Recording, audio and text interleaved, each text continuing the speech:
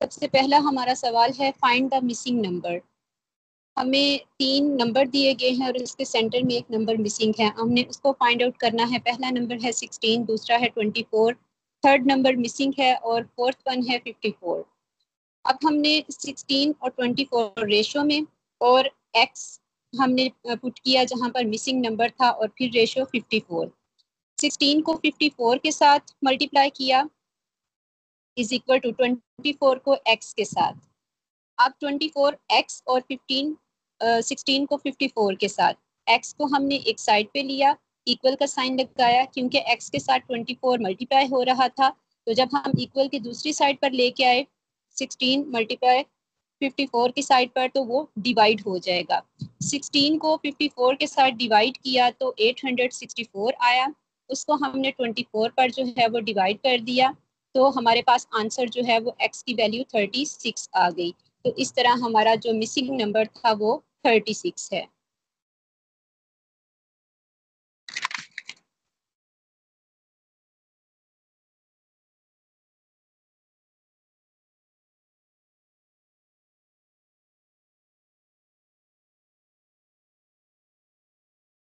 हमारा next question है which of the following are not the sides of a right angles triangle. हमें 3 options दिए गए थे, उसमें से हमने फाइंड आउट करना है कि कौन सा ऑप्शन ऐसा है जो नहीं है, sides of a right angle triangles की साइड में नहीं फिट आता। तो सबसे पहला ऑप्शन ही हमने उसको लिया और उसको पाइथागोरस थ्योरम के जरिए हमने उसको सॉल्व किया। तो एक साइड पर मैंने उसके जो है वो डायग्राम भी बनाई है कि ए हमने 5 ले लिया, बी जो है वो 7 और सी की वैल्यू जो है वो 9 है। अब जो फार्मूला है A square plus B square is equal to C square. A की जगह पर 5 को पुट किया 5 स्क्वेयर, प्लस बी की जगह पर 7 को पुट किया 7 स्क्वेयर और सी की जगह पर 9 स्क्वेयर। 9 स्क्वेयर का 81, 9 का स्क्वेयर ले तो 81 आता है, 9 मल्टीप्लाई बाय 9। 5 का स्क्वेयर ले तो 25 आता है और 7 का स्क्वेयर ले यानी 7 मल्टीप्लाई बाय 7 तो 49 आया।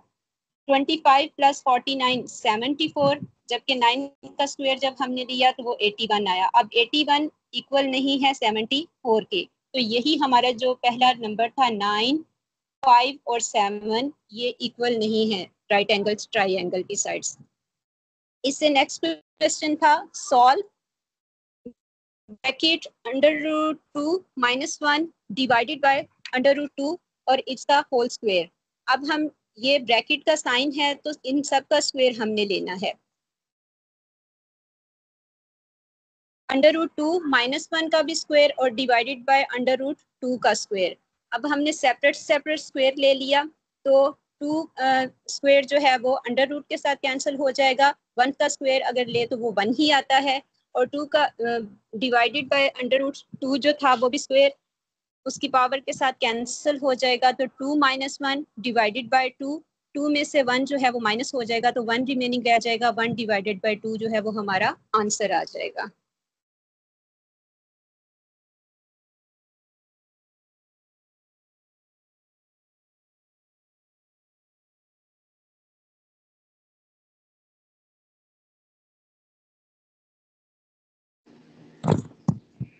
अस्सलाम वालेकुम। इससे नेक्स्ट जो क्वेश्चन है वो सॉल्व √64। अब √रूट की जो पावर है वो 3 दी गई है, +3 है और हमने फाइंड आउट करना है नंबर, इसको सॉल्व करना है। 64 का जब हम क्यूब लेंगे तो वो 4 मल्टीप्लाई बाय 4, तो 4 क्यूब जब हम लेंगे तो वो 64 के इक्वल होगा। अब √रूट की जो हमारे पास वैल्यू है वो भी 3 है, तो 4 की पावर 3 और √रूट की पावर 3 वो कैंसिल आउट हो जाएंगे। 4 + 3 ये हमारे पास 7 आंसर आ जाएगा, जबकि बुक में 7 आंसर नहीं दिया, वहाँ पर है वो रॉन्ग आंसर है। उससे नेक्स्ट है 3.275 इज इक्वल टू। हमने फाइंड आउट करना है कि ये किसके इक्वल है। तो हमें पता है कि जब हम पॉइंट को हटाते हैं तो पॉइंट के राइट साइड पर जितने भी डिजिट्स होंगे उतनी हम जीरो ऐड कर देते हैं। तो 3275 पॉइंट के राइट साइड पर जो है वो 275 था।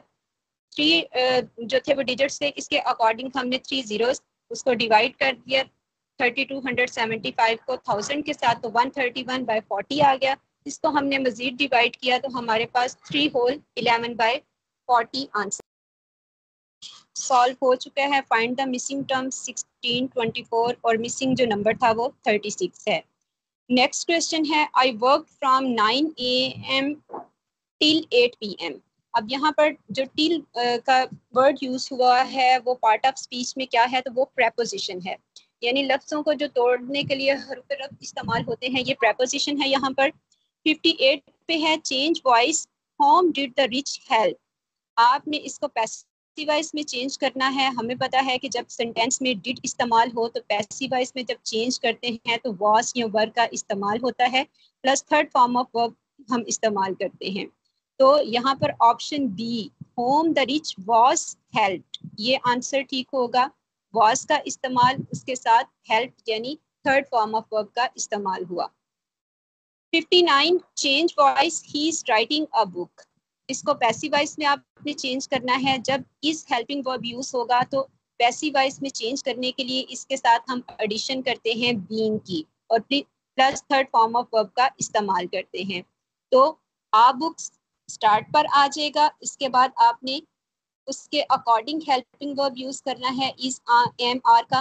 तो आ बुक एक किताब है, उसके अकॉर्डिंग इसका इस्तेमाल होगा, इसके साथ बीइंग का इजाफा होगा। A book is being, writing की जगह पर third form of verb written का इस्तेमाल होगा by him. A book is being written by him, ये करेक्ट आंसर है। Change narration he said I have a new car. आपने इसको नरेशन में चेंज करना है। जहां पर हैज या हैव का इस्तेमाल होगा नरेशन में, जब उसको हम चेंज करते हैं तो हम पास्ट का हेल्पिंग वर्ब इस्तेमाल करते हैं, तो हैव की जगह पर हैड का इस्तेमाल होगा। ही सेड, अब कॉमा की जगह पर दैट का इस्तेमाल होगा और इन्वर्टेड कॉमास भी खत्म हो जाएंगे। He said that he had a new car, A option ठीक होगा।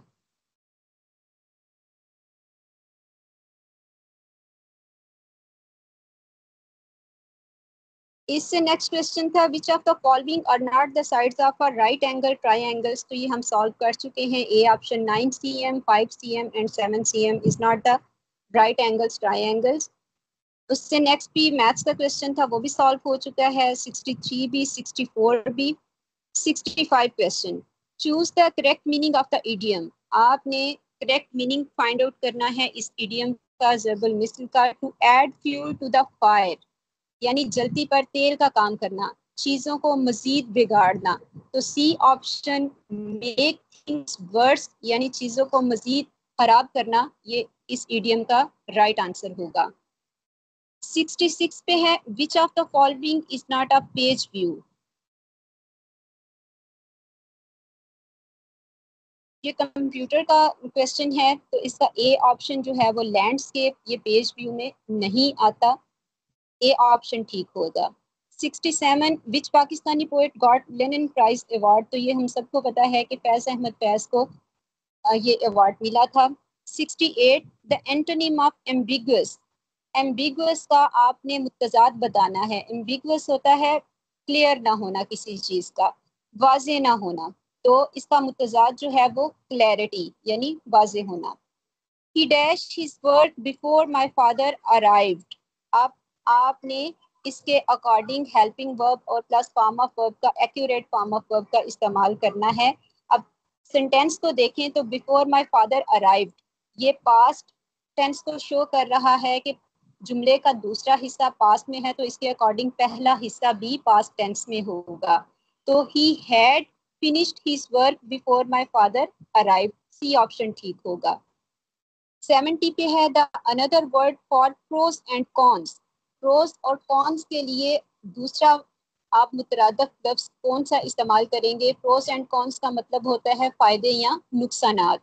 तो ए ऑप्शन इसका ठीक होगा, for and against.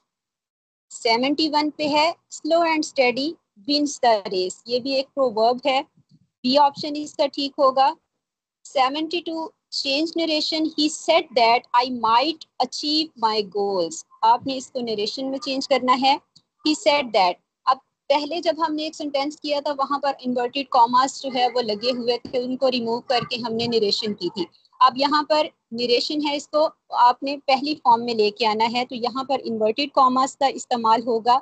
He said, said के बाद आप कॉमा लगाएंगे, फिर इन्वर्टेड कॉमास में अगली बात होगी। माइट है, माइट को मे में चेंज कर देंगे। He said may you achieve your goal, I जो है वो यू में चेंज हो जाएगा, may you achieve your goals. A option ठीक है। Dash was the first to develop the binomial theorem, कौन सी शख्सियत हैं जिन्होंने सबसे पहले बाइनोमियल थ्योरम को इंट्रोड्यूस करवाया था? तो ये उमर खयाम है। 74 है, change narration. He said bye God I am not guilty, आपने इसको नरेशन में चेंज करना है, इन्वर्टेड कॉमास को खत्म करेंगे और एम नॉट है तो वाज या वर में चेंज हो जाएगा। A option, he said that bye God he was not guilty.